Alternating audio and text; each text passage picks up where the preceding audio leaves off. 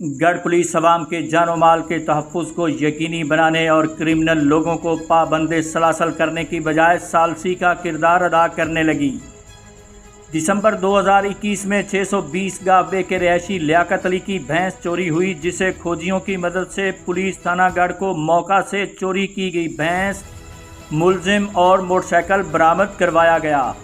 मगर एएसआई फलक शेर ने बरामदगी मुलजिम पर डालने की बजाय मुद्दई पर डाल दी, जिससे मुलजिम को रिलीफ मिलने पर छोड़ दिया गया।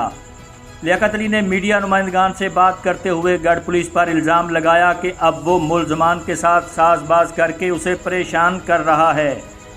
मुलजमान गढ़ पुलिस की आशीर्वाद से मुख्तलिफ झूठे मुकदमात में फंसाने के दर पे हैं।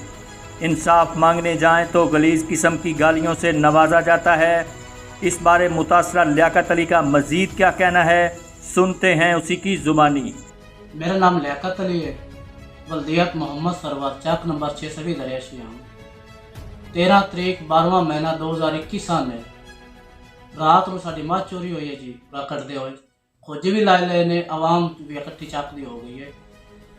पूरा कटते कटते दरबार हाफिज नैत पूरा सी लाई गए। पावलियां का घर है, सदी अहमद उनका नाम है। उनके घर मझ बन के चोर अगू मंजी गात के सुता पिया। असा मौके ते फड़ लिया है। 15 के सकाल की है जी। 15 काल गश्त ड्यूटी आई जी फलक शेर एएसआई जी। वो मौके ते गया है जी। उस तो मौके तो मझ भी नपी है, चोर भी नपया है, तो एक मोटरसाइकिल भी नपया है। थाने आ गया जी। असा दरखास्त दी है जी। 4 बंदे चोर हैं, 3 लामरूम 7 बंदे आते हैं।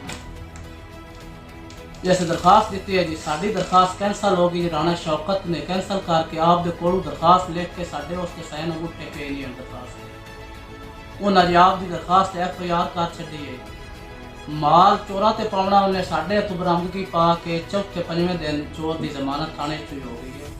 इन्वेस्टिगेशन ते दरखास्त दी है जी। और CPO दे पेश होया है। इन्हें सानू मिना तरला किया भी असी तुहाडा परचा देने, साड़ी तुसी चोन छड्डो, असी तुहानू छड्डने। असी कंप्रोमाइज हो गए भी चलो ठीक है जी, परचा दो। इन्हों का महकमे का कोई बैलेंस तो बचन वास्ते जी 2 चोर नपे हुए हैं, परचा देना ने। असा आप भाई मुदई लिख दिता जी कोलों।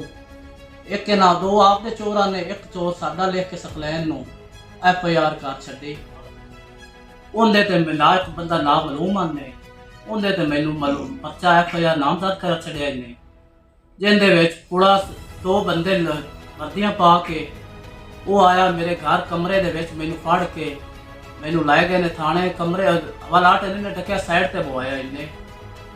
वो टाइम ते बंदा दिता सता के 30,000 रुपया दो तो मैं थोड़ी FIR खत्म करना, 30,000 ना दो तो बंदा तो मैं चलान करना। साड़ी अफरान को अपील है कि सानू चोरा तो भी तोहफा दिता जाए और महकमे तो भी तोहफा दिता जाए।